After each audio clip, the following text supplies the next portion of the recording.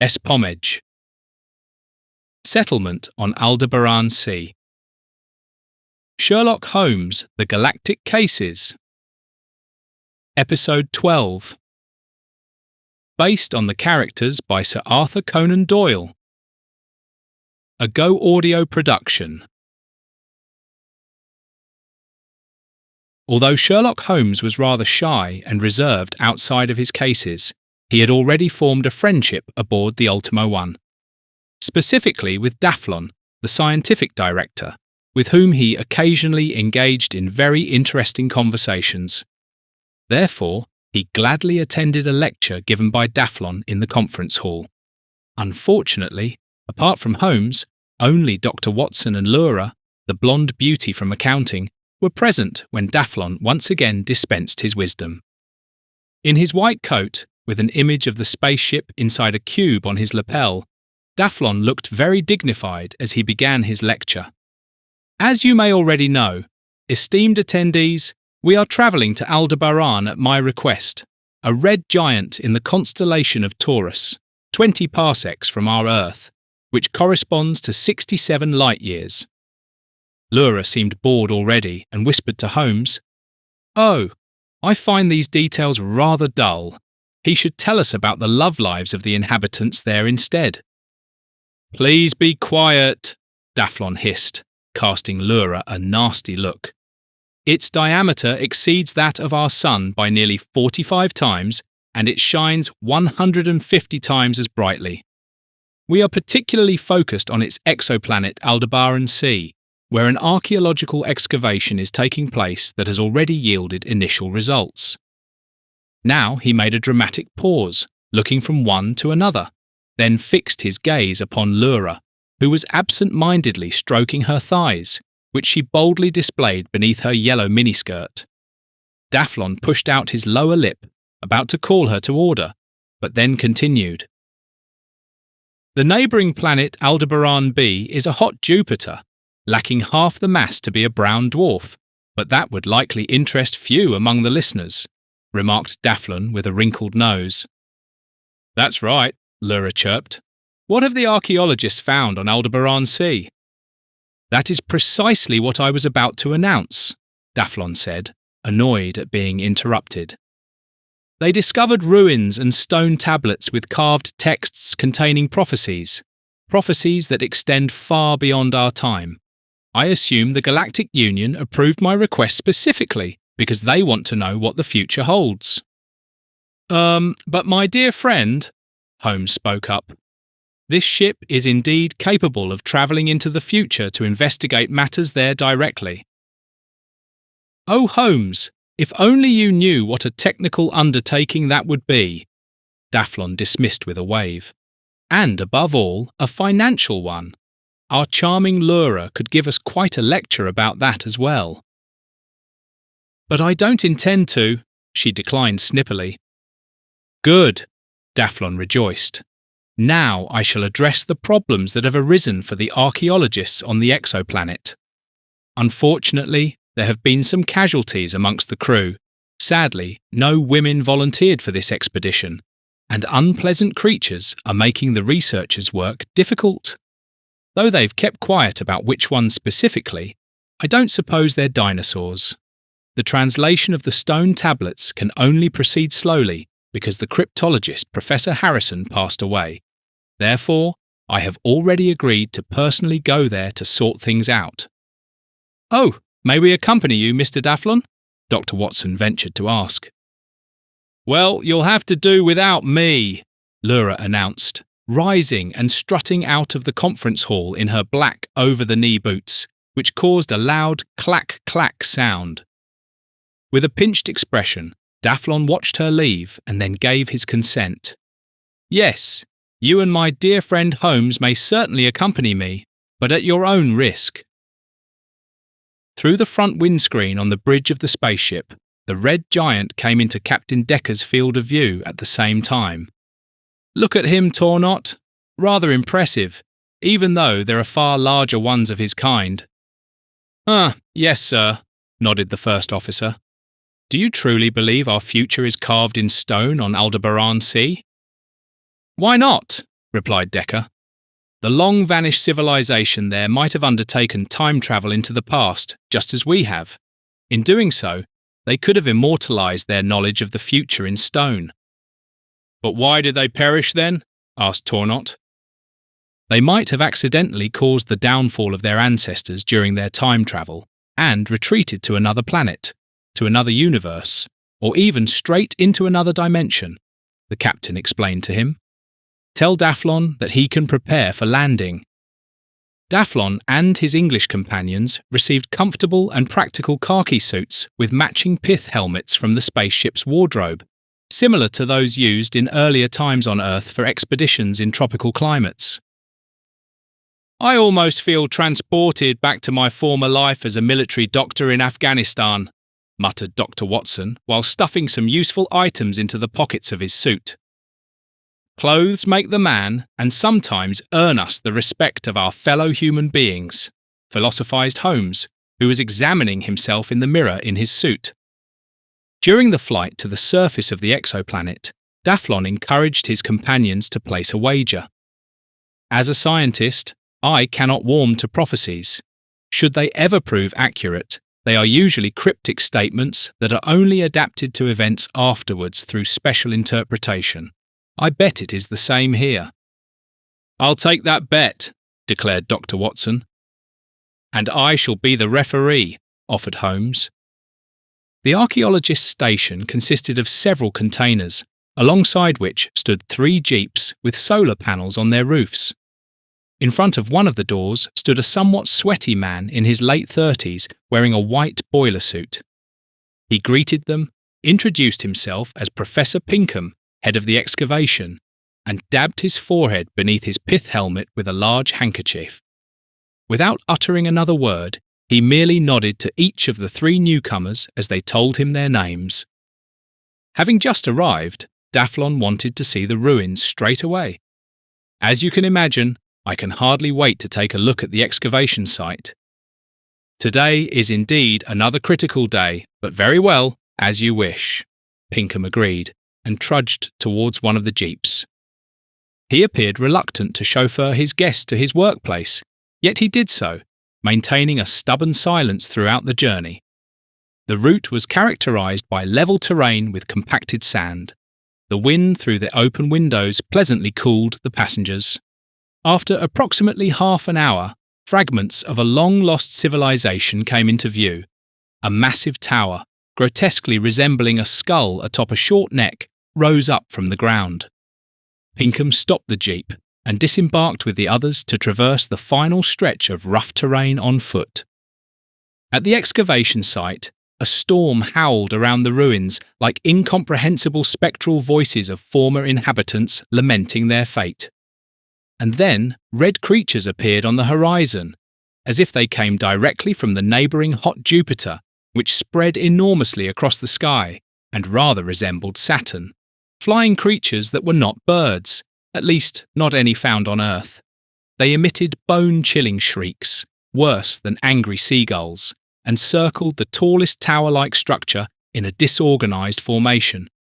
Tirelessly, they screeched and fluttered around the round monument, which truly resembled a head with several gaping holes. Oddly, none of the creatures flew into these holes, but rather contented themselves with circling, nor did any of the animals land at the nearby lake to drink or refresh themselves with a bath. This goes on for hours, every 3rd day, reported Pinkham. It almost seems like a religious ritual performed by these creatures. They fly in circles around this clumsy tower, although it's not their breeding ground, as we already know. That reminds me of a conversation with a veterinarian from Derbyshire, recalled Dr. Watson. He had the same problem with sheep that were seemingly walking around in circles without purpose. Eventually, a thorough examination revealed that the poor animals were suffering from a disease called listeriosis. And with this bacterial infection, one side of the brain becomes inflamed, leading to disorientation in those affected, causing them to walk only in circles. That may well be the case with sheep, as they move along the ground on 4 legs, but birds or other flying creatures could hardly take to the skies with such an illness without crashing, Pinkham stated. What, then, is your interpretation of this behaviour, Professor? Holmes wanted to know. I believe these creatures are there to guard the structure. The natives have conditioned them so perfectly that this information is always passed down to the next generation, Pinkham surmised. But I consider a guard that only functions every 3 days to be pointless, Daflon voiced his concerns. How did you even come up with this idea? Simply because of the mad screeching that is supposed to drive away troublemakers? No. When one tries to get closer to the tower, some of the creatures defecate down upon you, and that's not just unpleasant, but dangerous, as the excrement is toxic. Corrosive like an acid. That's why we call them the Excrement Wing Brigade, explained Pinkham, pointing towards the screeching red squadron. Fortunately, I was wearing a helmet the first time, as always, which I can show you later. The white excrement actually ate several holes through the helmet, rendering it unusable. Compared to this, pigeon droppings are truly a blessing. Everyone had to speak rather loudly to drown out the infernal noise of the animals. So too did Sherlock Holmes. And are your losses also attributable to these peculiar birds, whose loud dissonance offends my ears? Pinkham shook his head. Those are not birds. Upon closer inspection with binoculars, one cannot spot any feathers, and the deaths occurred elsewhere. Interesting, said Dr. Watson. But that does not mean the creatures are innocent. After all, they can fly, and therefore… Pinkham interrupted him quickly. Harrison was stabbed, not with a beak, but with a dagger, and Richmond was strangled with a cable. We suspect the soldiers stationed here are responsible, though they stubbornly deny it. Is there a military station here? I had no idea about that. Naturally, there is also a unit of Galactic Union soldiers present here, if only to defend the Union's territorial claim to the planet, Pinkham said, visibly annoyed. But let us drive back to our research station. But where is the important part with the prophecy? I want to see that first, Daflon exclaimed, eager to learn about the future. We took the stone tablets and are keeping them in our storage facility, the professor informed him.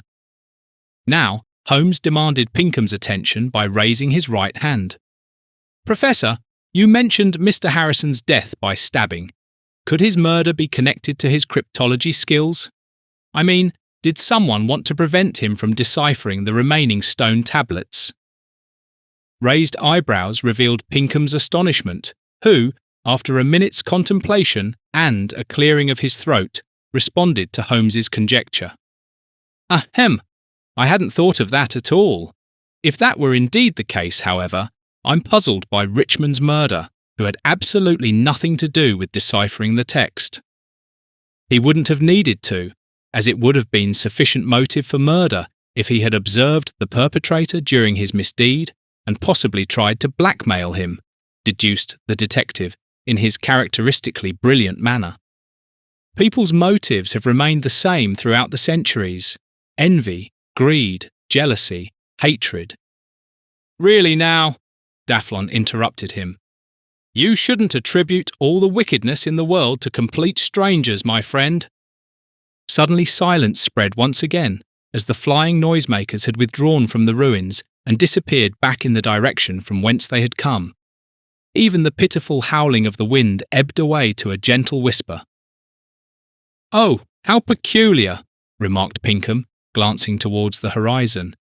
Usually these creatures circle about for hours, but today something seems to have prompted them to change their plans.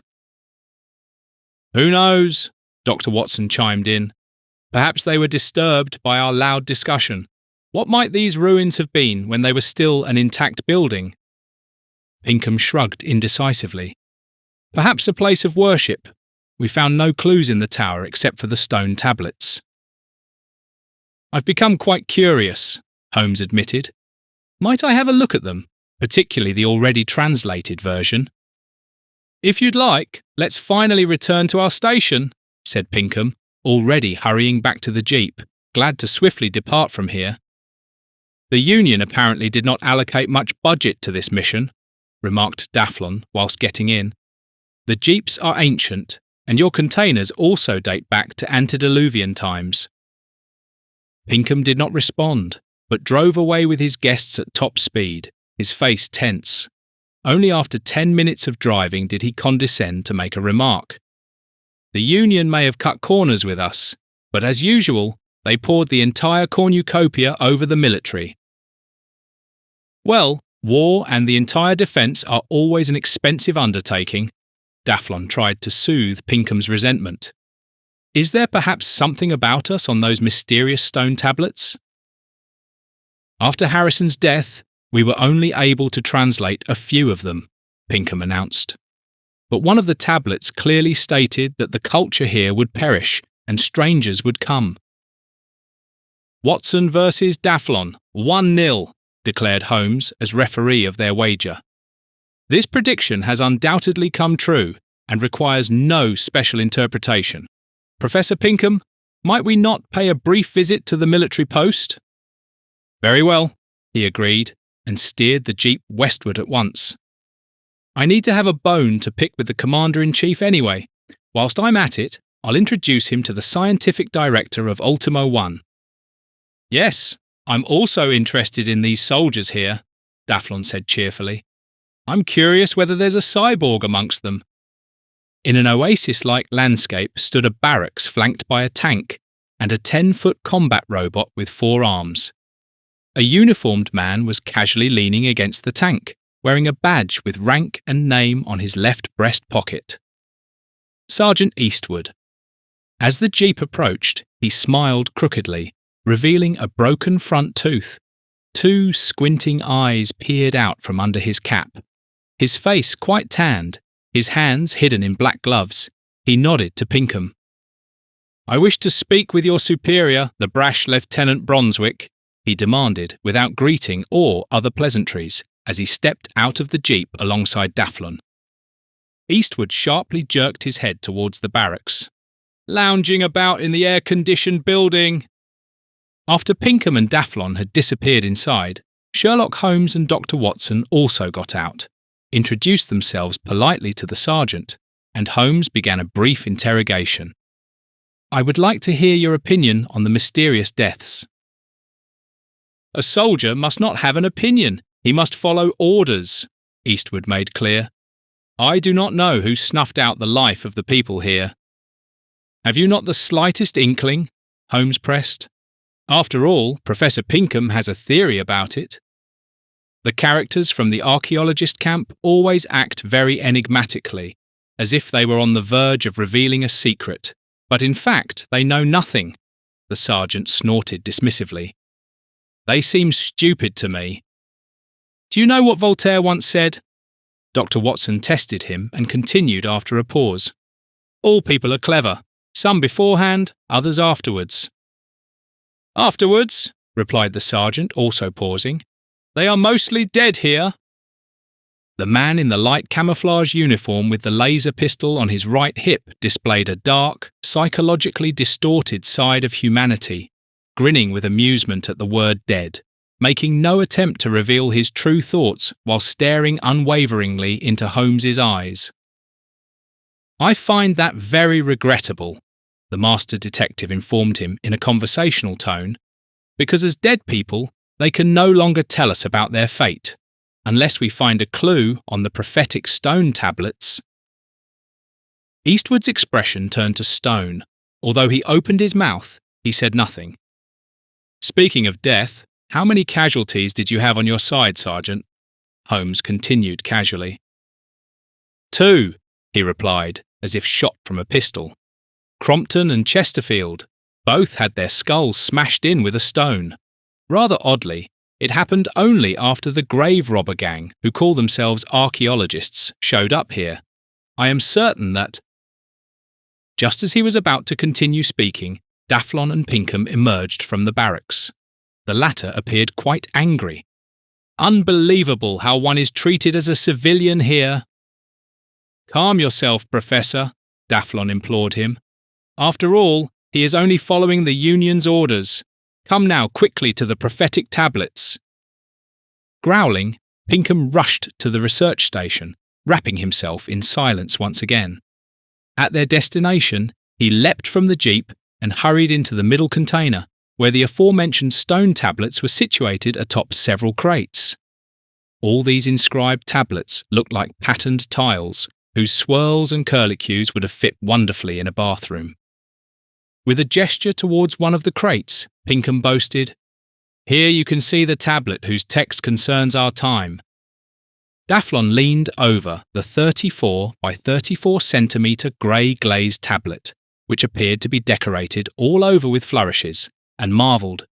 "And one can extract a meaningful text from these peculiar swirling patterns?" "If one spends enough time studying it, one can recognise a pattern," explained Pinkham. "Here at the very top, next to the 5 swirls that represent a year, naturally not in Arabic numerals as we are accustomed to, it says downfall of our culture, the Reds will survive. Below that are only 4 swirls, which signify the year 2111. It states strangers arrive. This refers to last year when the soldiers arrived here. Below that is 2112 strangers arrive, our arrival. Danger threatens from the east, 4 shall be killed. Below that, without a year, it says again. Strangers arrive, they are from an early time. That clearly refers to your arrival, which occurs in the same year. 1 shall be killed. We haven't been able to translate any further yet." At this news, Daflon froze his expression, and with a somewhat bloodless face said, "I suspected it straight away. The prophecy is far too vague. There are no names here at all, neither of those who will be killed, nor of those who will become murderers." "You ask too much. What did you expect, dear friend?" countered Holmes in a distinguished manner. "That the inscription would already present the solution to the murders with all the details?" "Well, I find," interjected Dr. Watson, "that this prediction matches the events quite precisely thus far. We both come from an earlier time, and the Reds clearly refer to the flying, shrieking creatures, and there are 4 deaths to mourn, specifically 2 on each side." "It is clear to me who is responsible for the murders of our 2 colleagues," Pinkham declared with wild gestures, "especially since some of the soldiers are former convicts." "But then, who, in your opinion, is responsible for the murders of a certain Crompton and a Chesterfield from amongst the soldiers?" asked Holmes, without expecting an answer. As Pinkham remained stonily silent, Dr. Watson suggested, "These acts could therefore be a matter of retribution." "I cannot imagine that," the professor contradicted immediately. "We are peaceful archaeologists and not vengeful fighting machines. I would vouch for Sutherland, D'Alessandro and Forbes any day. Come along, it's lunchtime anyway, so you'll meet the 3 of them straight away." The 3 guests willingly followed his invitation into another container, where a set table already stood ready, at which Pinkham's staff were delighting in opened tins of food. Upon the arrival of the approaching trio, everyone stopped eating and stared hostilely from one to another. "Well, well, look who's honouring us with their presence," sneered one of them in a sweat-stained grey overall. His thinning hair was slicked back with gel, and he appeared to be about 50 years old. "This is Dr. Sutherland," Pinkham introduced him. "To his right sits Professor D'Alessandro, who has foregone shaving for several days, and to his left sits Assistant Forbes, our youngest. Do take a seat, gentlemen. We have tins of mushed peas, lentil stew, preserved fish, or the classic beans with bacon." Daflon chose the lentil stew, whilst Dr. Watson and Holmes made do with mushed peas, whose lime green colour was also a feast for the eyes. The detective did not miss the slightest detail of the archaeologist's clothing.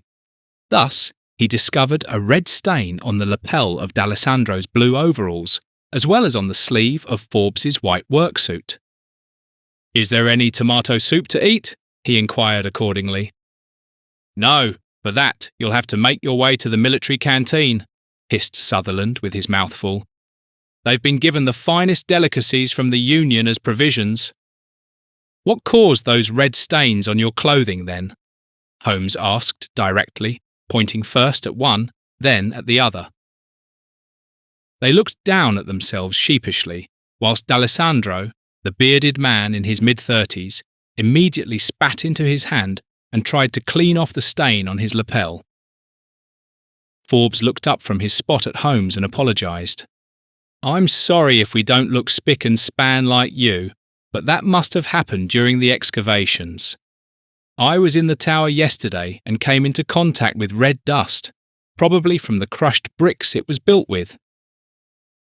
Daflon wanted to know for certain, so he suggested, "I could take a closer look at the clothing for examination purposes, unless you have any objections." Both shook their heads and continued eating. After dabbing his mouth politely with his handkerchief, Sherlock Holmes asked for a plan of the grounds. "It would be advantageous if you could show me the location of the bodies on it, Professor Pinkham." To his surprise, the professor removed a map from his breast pocket, unfolded it, and pointed to the relevant spots. The first one to meet his fate was Harrison on the 13th of June here, and just 2 days later, Crompton was struck down here. On the 18th of June, Richmond died there, and 4 days later, Chesterfield breathed his last over there.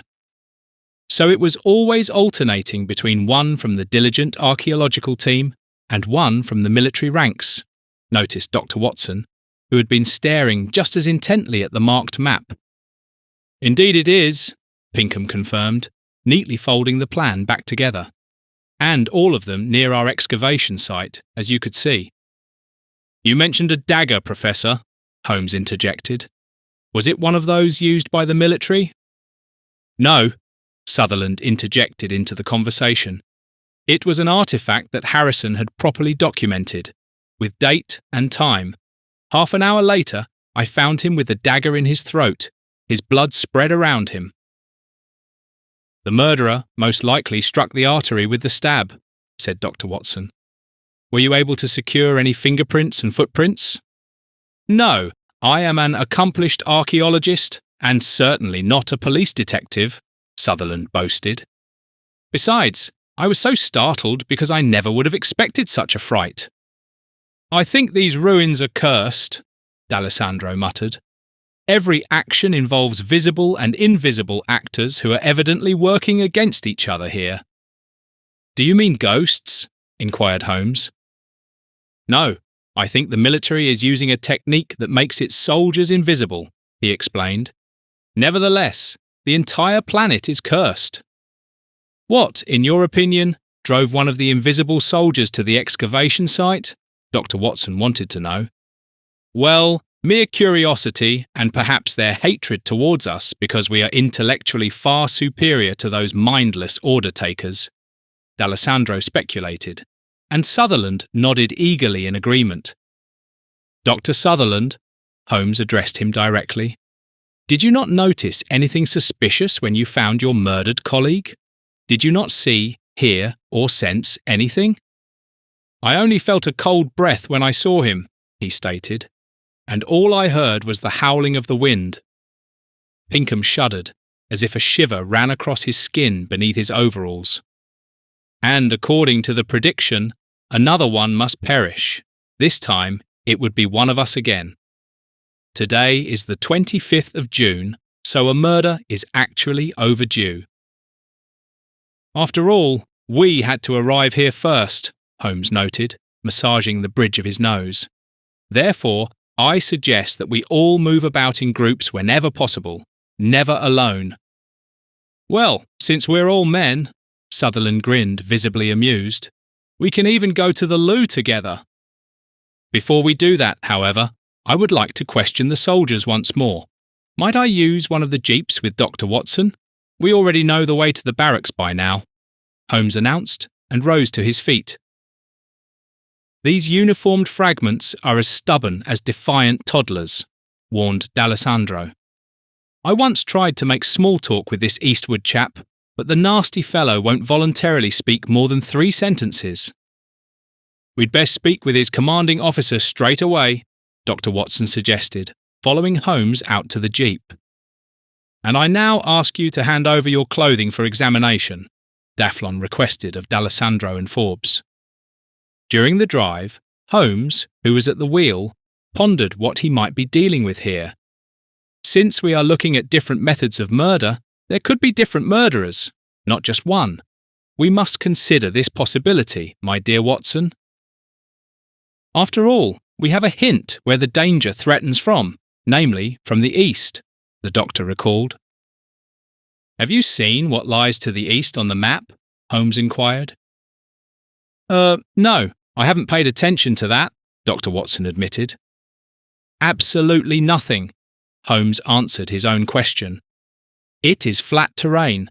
Unless there is an underground facility hidden beneath, the only other possibility would be that a shuttle lands, from wherever it might come, with a murderous passenger disembarking. A criminal tourist? I hardly think so.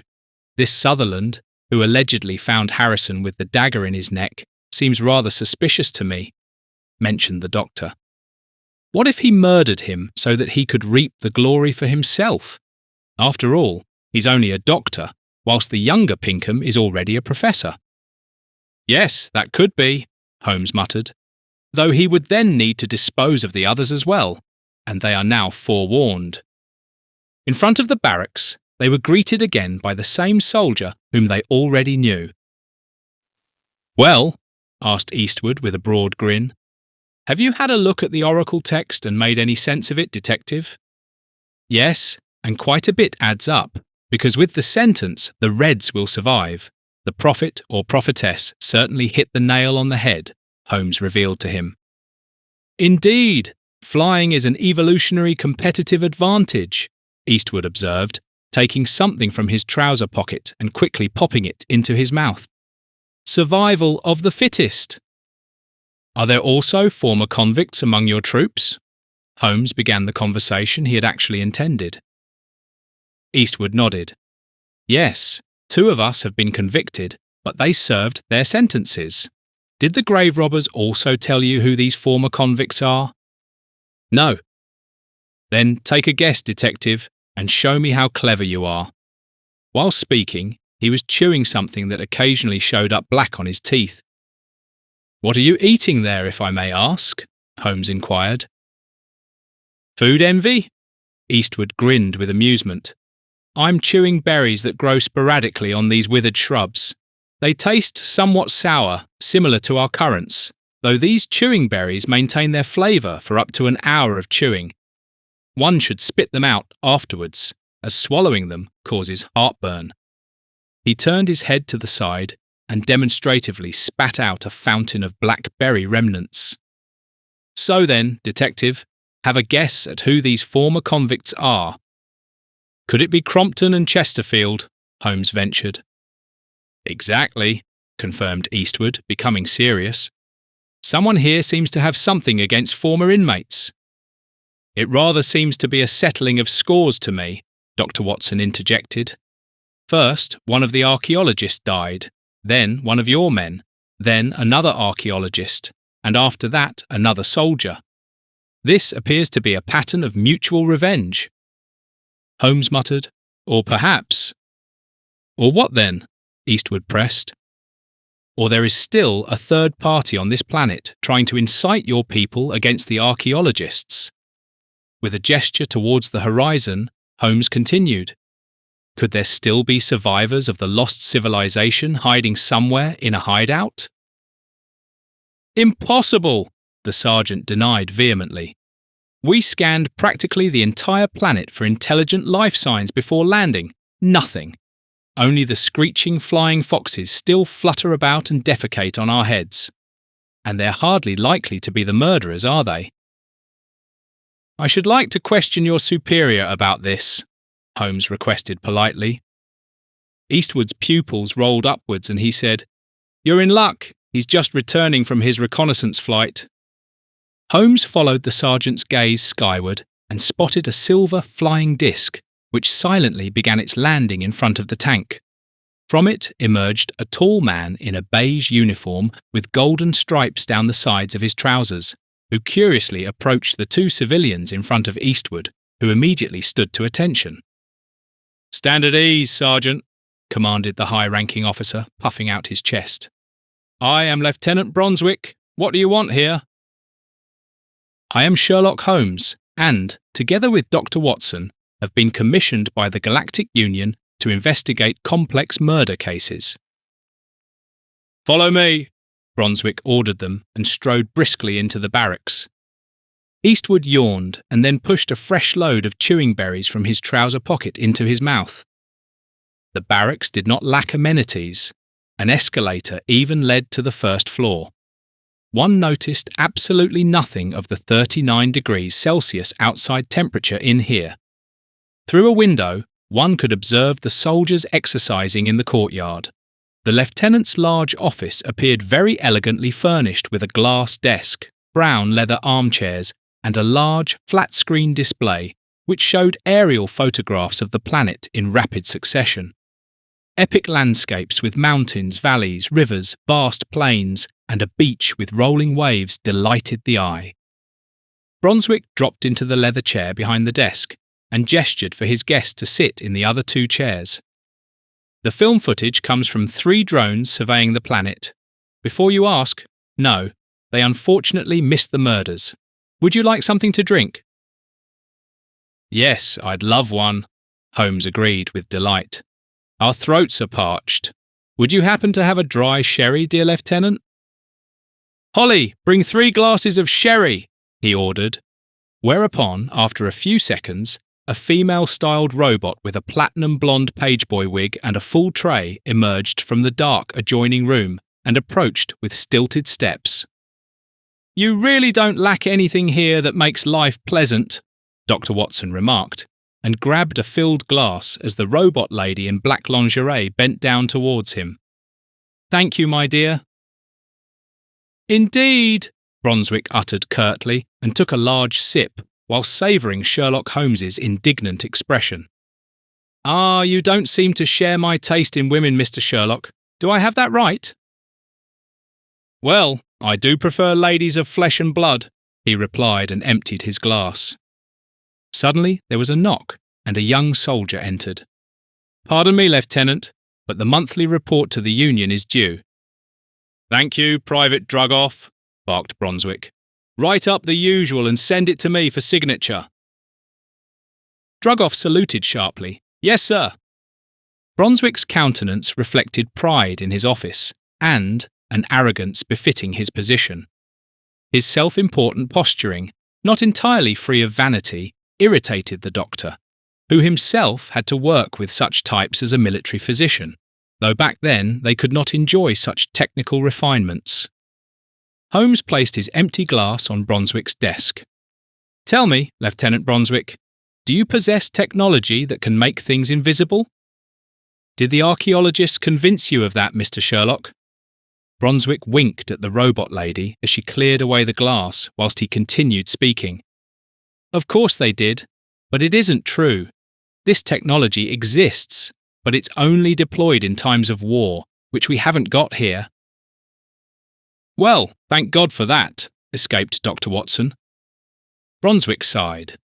"Oh, nowadays soldiers are merely administrators of provincial planets who are occasionally permitted to shoot at peculiar giant bats."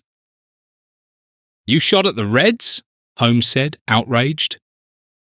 "Yes, I wanted to know whether they were drones, but they are natural creatures that can be compared to our extinct dinosaurs. Rather tough reptiles." "What about underground facilities? Are there any in the east?" Holmes observed Brunswick's reaction, but he showed no response. "We don't need that. The barracks are quite sufficient for my roughly 100 men.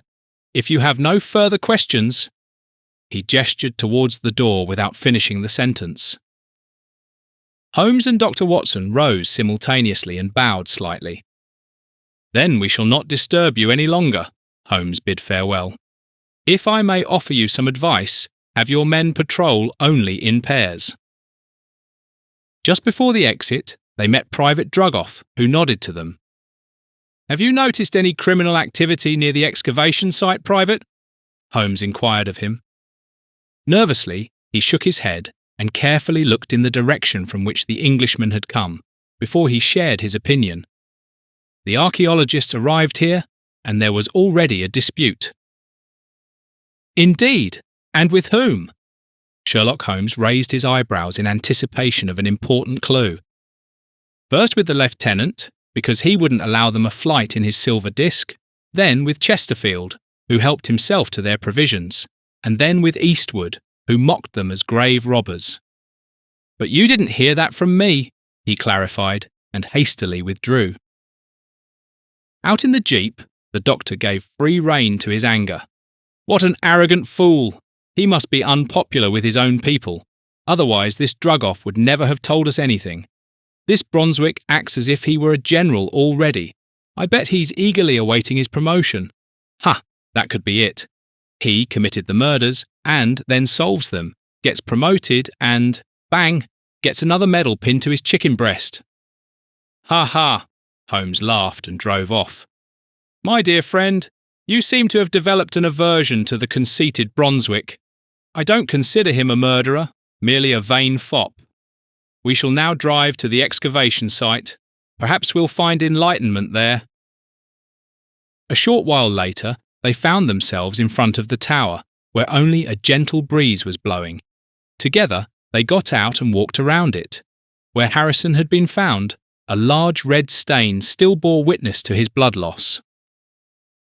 If only this structure could speak, wished the doctor.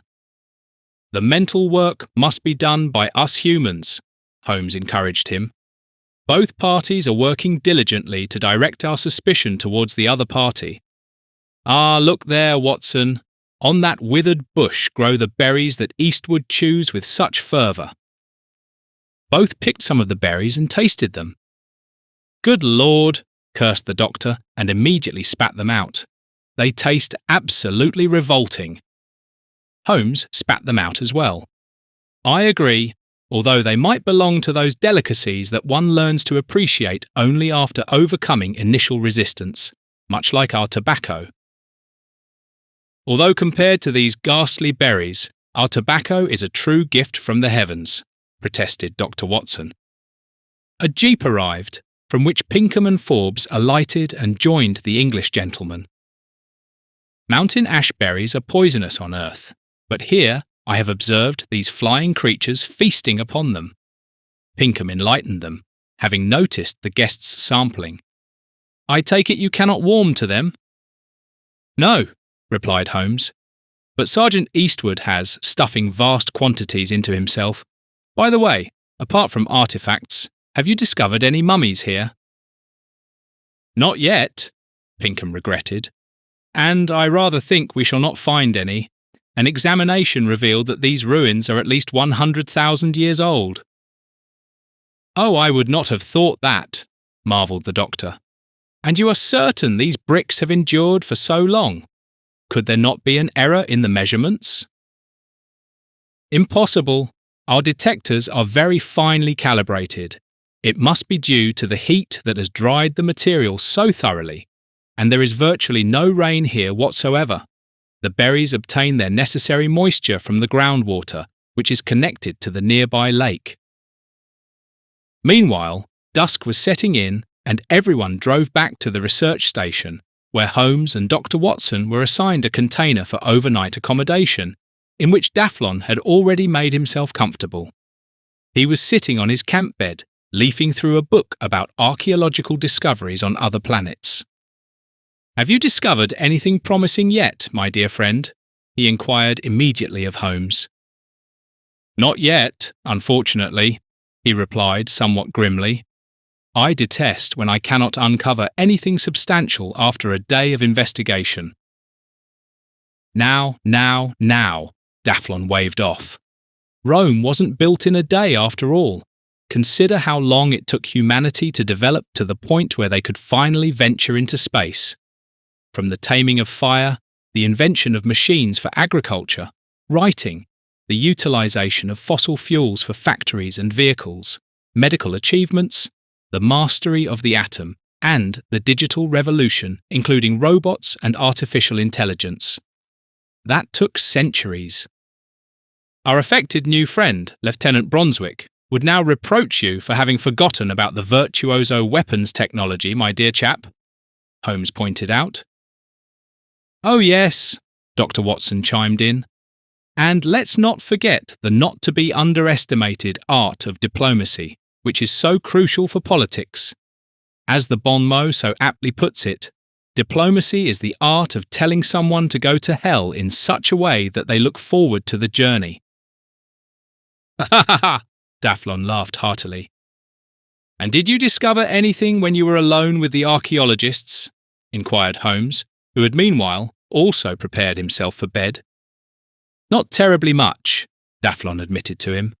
Only one thing struck me as rather unpleasant. Yes, what is it then? Dr. Watson urged him to continue.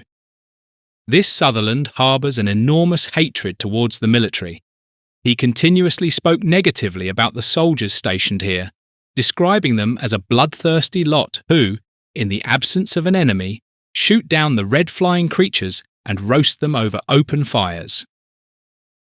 Holmes uttered contemptuously. And what did the examination of the red stains on D'Alessandro's blue overalls and on the sleeve of Forbes's white work uniform reveal? Unfortunately, it wasn't blood.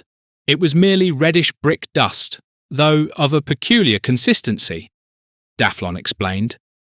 Under the microscope, the dust particles appeared quite resilient.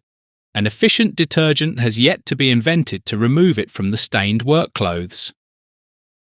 Yeah, that may be, but it's not our task, muttered Dr. Watson, who had also already retired to bed and was protecting his body with a grey, coarsely woven, scratchy blanket.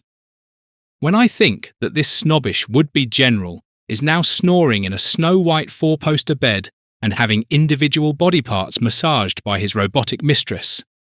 Well then, good night, my friends. Good night, Watson, Holmes wished him and extinguished the light. And tomorrow we shall have solved this difficult case. I can feel it in my weary bones. Hopefully, muttered Dr. Watson. Daflon, who had already surrendered himself to Morpheus's arms, snored. In the middle of the night, there was a knock at the guest's container. Drowsily, Holmes staggered to the door and asked, "Who's there?" "It's me, Sutherland," mumbled a voice. Cautiously, Holmes opened the door and saw the doctor in a type of combat suit. "Why have you dressed yourself so martially? Are we in danger?" "One could say that," he panted. "I heard a call for general mobilisation over our loudspeaker." "Who gave the order?" asked Holmes, who had already pulled on his trousers and was now struggling with his jacket. The voice sounded just like the lieutenant's, but it was much shriller, as if he were shouting through an amplifier. Peculiar. "Watson, get up!" Yes, slow down. I can't see a thing. Turn on the light, Holmes." "No!" Sutherland cried out. "Complete blackout." "What's that supposed to mean? Must we fight in the dark?" grumbled Holmes, who had by now fully dressed himself. "Yes, we have a solar eclipse every 3 months, Sutherland reported. "It lasts a full week. Therefore, we must not create any light, as we would otherwise present an easy target to the enemy." "Which enemy, then?" Dr. Watson was now also fully dressed and stood beside Holmes. "Well, the Reds," Sutherland exhaled. "They transform at night and during solar eclipses into blood-sucking vampires." "Vampires?" Holmes could not believe it. "And you're only telling us this now?" Come on. We must defend ourselves against these dangerous bloodsuckers." Sutherland became greatly agitated. His head appeared to have taken on a redness that glowed in the darkness. "Wait, would it not be more advantageous if we simply locked ourselves in?" asked Dr. Watson. "You coward!" Sutherland became agitated. "Come with me now, or perish." He strode ahead towards the jeep with large steps. Thus motivated, the two had no choice but to follow him. After they had jumped into the jeep, Sutherland hit the accelerator and a wild ride began. "Not so fast," warned Dr. Watson. You'll get us all killed." But he drove on as if the devil himself were in pursuit. On the horizon, the hot Jupiter still provided some light reflected from the central star, though it was visibly retreating quickly. After a short while, the ruins appeared, looking ghostly in a pale, almost surreal glow. The flying creatures were nowhere to be seen. Instead, grotesque clouds drifted across the sky, some resembling cobwebs with strands that seemed to reach down to the ground. In the steadily strengthening wind, they billowed like strings of pearls. Sutherland slammed on the jeep's brakes so hard that Holmes and Dr. Watson were nearly thrown out. "Where are all the others?" Holmes inquired suspiciously. "In the tower, to destroy the brood," Sutherland informed them breathlessly, already running in that direction. "The fellow must have gone completely mad, Holmes. I feel positively stabbed by his glares." Dr. Watson stubbornly refused to leave the jeep. "I'm staying right here, and that's final." A sinister howling echoed in the distance, penetrating their ear canals far worse than the howling of the wind, intensifying inside their heads and causing them dizziness. "Oh God, what a dreadful howling concert," groaned Dr. Watson, covering his ears. "Is there no remedy against it?" Suddenly, Sutherland appeared before them with a club and scolded, "Where are you, you cowardly rabble? Forward, to battle." "Do calm yourself," Holmes advised him, wanting to grasp his shoulder. "Let go of me, you vampire!" shrieked Sutherland, and struck poor Holmes on the head with the club. "Ouch!" Holmes cried out and awoke. "What's the matter with you?" inquired Dr. Watson, who had also awakened and was sitting up in his bed. "Oh, just a silly nightmare." Holmes waved off, felt his head, and turned over to the other side with relief, hoping to find the desired peace for the rest of the night. In the early morning, after a night filled with wild dreams, an unpleasant surprise awaited the archaeologists and their 3 guests. They received a visit from the lieutenant, who screamed at Pinkham with furious gestures. "Another one of my men has been murdered," he raged like a berserker. "Who did this?" Fortunately, Holmes and the doctor were already fully dressed and rushed outside, where they spotted the lieutenant's flying disc and himself with a bright red face. "Since yesterday, we have always been in groups of at least 2, Pinkham defended himself.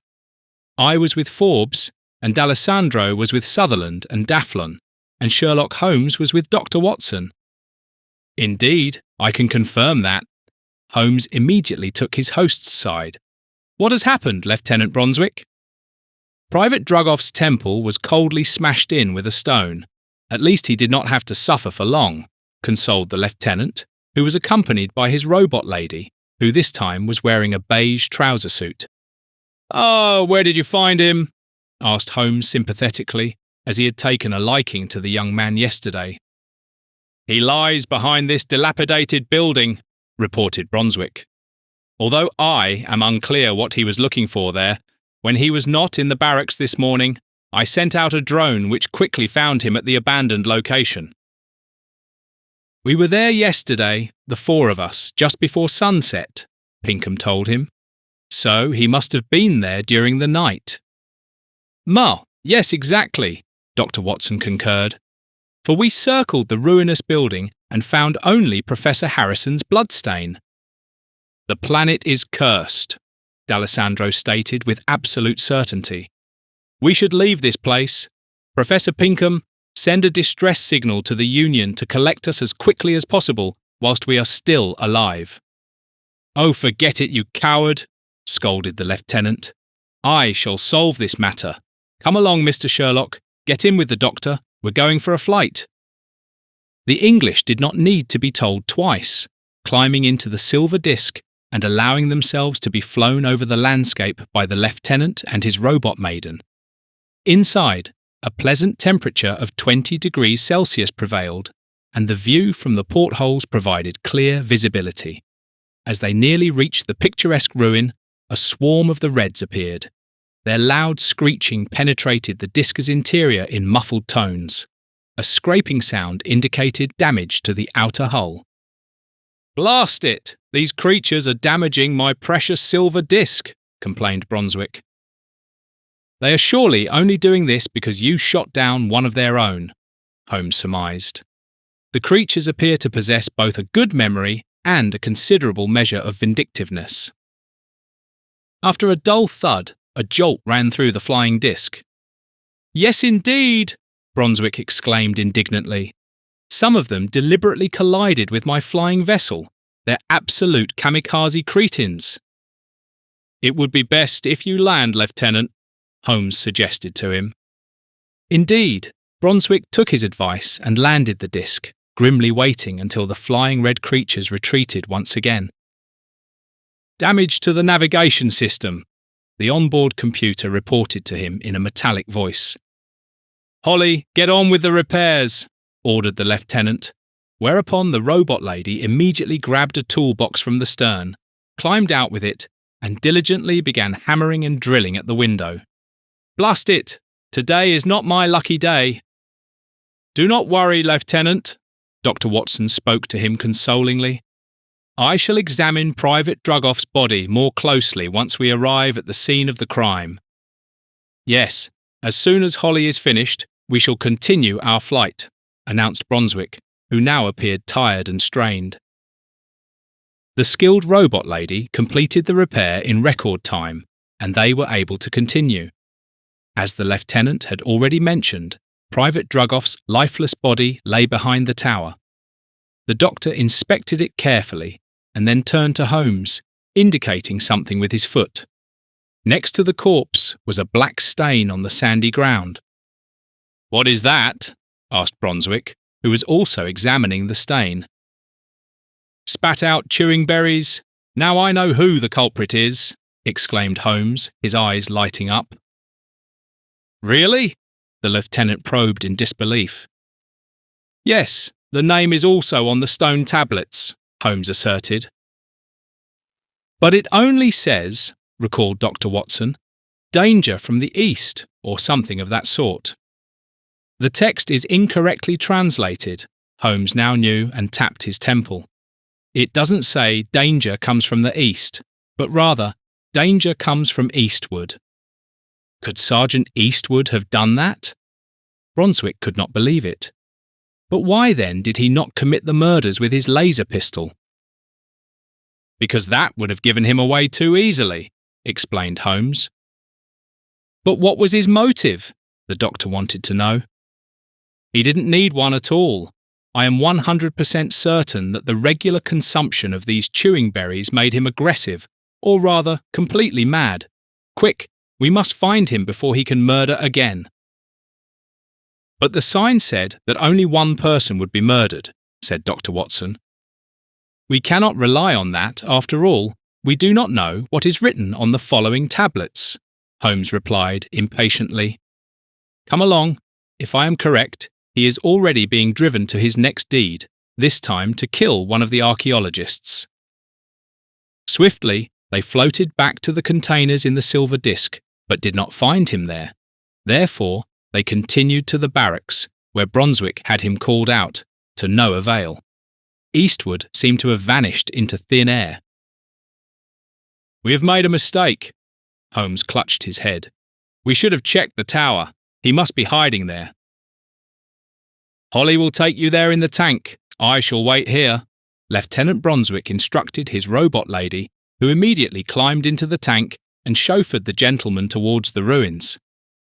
What shall we do if he denies everything? Set him a trap, or subject him to a most rigorous interrogation?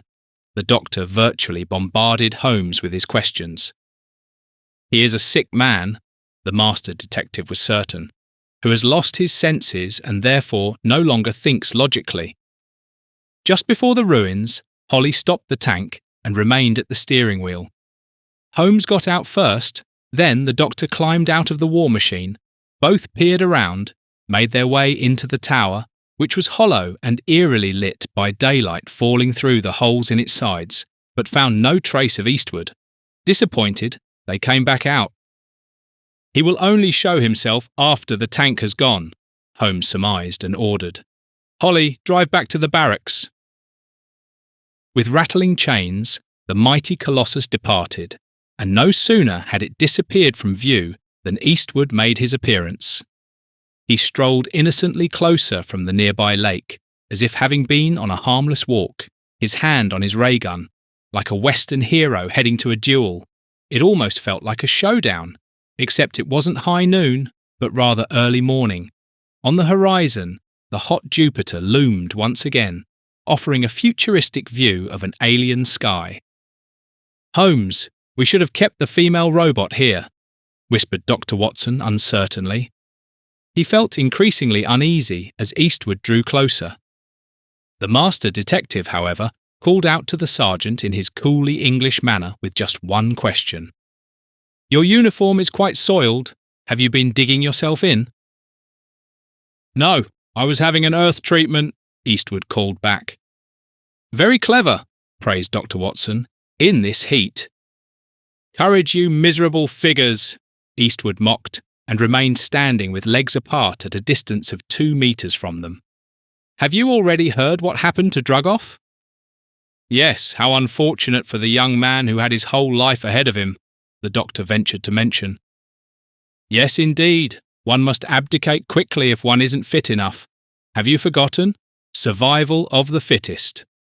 Eastwood grinned whilst gripping the handle of his ray gun. "You have also forgotten something, dear Sergeant," Holmes pointed out in a calm voice. "I've forgotten something," Eastwood repeated in disbelief, still grinning. "Mm-hmm." Holmes made a sound and nodded affirmatively. "The side effects of your chewing berries." The grin disappeared from Eastwood's sun-bronzed visage, and he squinted his eyes more tightly. "What side effects?" "Can you not feel it?" Holmes expressed his astonishment. "No, I don't feel anything. What am I supposed to feel?" Curiosity spoke from his now wide-open eyes. "Your jaw has grown wider since our last encounter, my poor friend," Holmes lied. "Yes, and that inevitably leads to lockjaw." Dr. Watson immediately joined in with the detective's ruse. "Soon you will be unable to speak, eat, or drink," Holmes persuaded him with a sympathetic undertone. Utterly unsettled, Eastwood now clutched his lower jaw with both hands. The two Englishmen seized this moment to lunge at him together and bring him down. Together, they wrestled him to the ground and twisted his arms behind his back. Above them, they already felt the shadow of the lieutenant's flying disc.